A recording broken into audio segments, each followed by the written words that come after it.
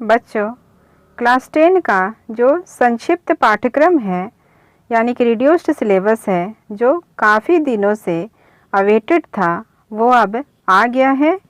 और हम आज देखेंगे कि 10वीं कक्षा में कौन कौन से चैप्टर्स को हटाया गया है और कौन कौन से सब टॉपिक को हटाया गया है। तो सबसे पहले है इतिहास। इतिहास में पहला चैप्टर जो है यूरोप में राष्ट्रवाद का उदय, इसमें राष्ट्रवाद और समाजवाद को हटा दिया गया है और बाकी सारे सब टॉपिक सेम ही हैं, बस राष्ट्रवाद और समाजवाद को हटा दिया गया है।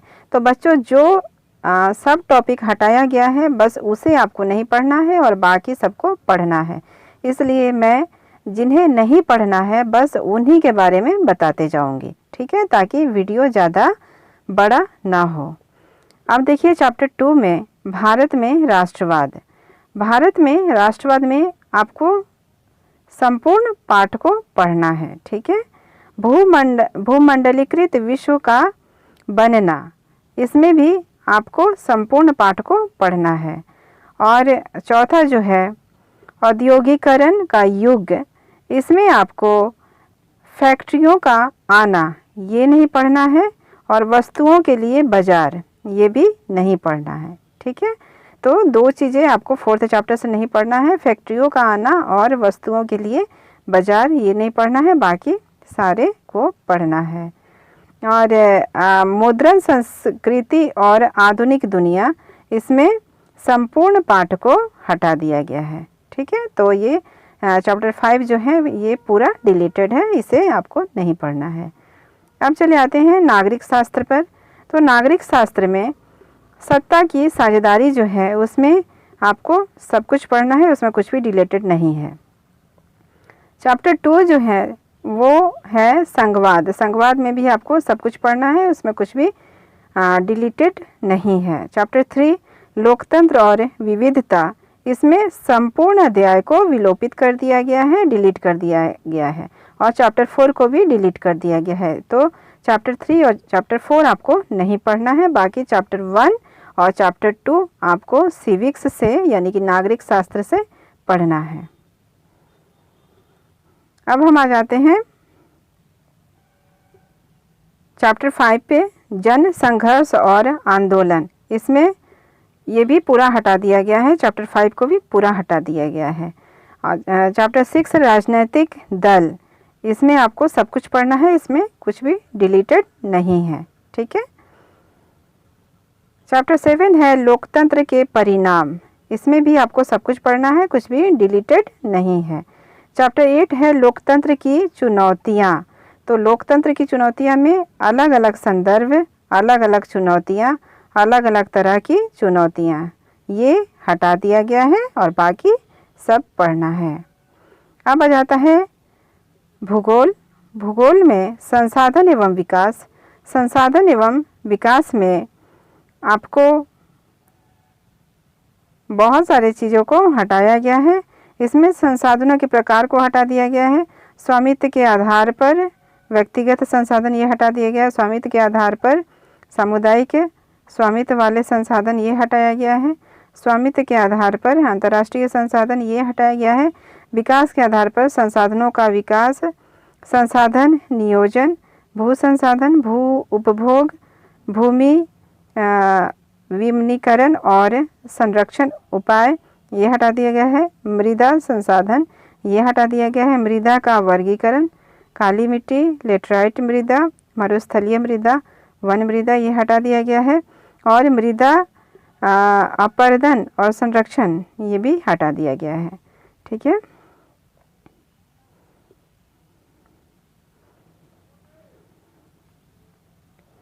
उसके बाद है वन एवं वन्य जीव संसाधन। इसमें IUCN के अनुसार वन्य प्राणियों की विभिन्न जातियों, वन और वन्य जीव संसाधनों के प्रकार एवं वितरण, इसको हटाया गया है। जल संसाधन में बहुउद्देशीय नदी घाटी परियोजनाएं और समन्वित जल संसाधन प्रबंधन ये हटा दिया गया है। कृषि के प्रकार प्रमुख फसलें मोटे अनाज, बाजरा, दालें, गन्ना, तिलहन, काफ़ी, जूट ये हटा दिया गया है। प्रौद्योगिकीय और संस्थागत सुधार ये हटा दिया गया है। कृषि की राष्ट्रीय अर्थव्यवस्था, रोजगार और उत्पादन में योगदान ये हटा दिया गया है। वैश्वीकरण का कृषि पर प्रभाव ये हटा दिया गया है। खनिज तथा ऊर्जा संसाधन, इसमें खनिज कहाँ पाए जाते हैं? मैग्नीज, तांबा, चूना पत्थर, खनिज का संरक्षण, पेट्रोलियम, प्राकृतिक गैस, विद्युत, परमाणु तथा आणविक ऊर्जा, पवन ऊर्जा, बायोगैस, ज्वारीय ऊर्जा, भूतापीय ऊर्जा ये हटा दिया गया है। विनिर्माण उद्योग, इसमें विनिर्माण का महत्व, औद्योगिक अवस्थिति, औद्योगिक का वर्गीकरण, कृषि आधारित उद्योग, पटसन उद्योग, चीनी उद्योग, खनिज आधारित उद्योग, एल्युमिनियम प्रगलन, रसायन उद्योग, उर्वरक उद्योग, सीमेंट उद्योग, मोटर गाड़ी उद्योग, जल प्रदूषण, भूमि प्रदूषण, ध्वनि प्रदूषण ये सब हटा दिया गया है।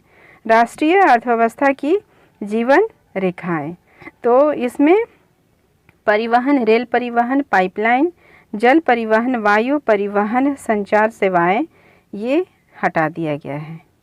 अब आ जाता है अर्थशास्त्र। तो बच्चों जो जो चीज़ें हटाई गई है वो आपको नहीं पढ़ना है, तो मैं बस उसी का नाम ले रही हूँ जो कि हटा दिया गया है, ठीक है, ताकि आपको ये पता चल जाए कि जो हटाया गया है उसको छोड़ के और जो नहीं हटाया गया है उसे पढ़ना है, ठीक है। तो आप लोग वीडियो को पॉज कर करके देख लीजिएगा अच्छे से। अब अर्थशास्त्र आ जाता है। अर्थशास्त्र में पहला चैप्टर तो पूरा का पूरा डिलीट कर दिया गया है, ठीक है, जो विकास था।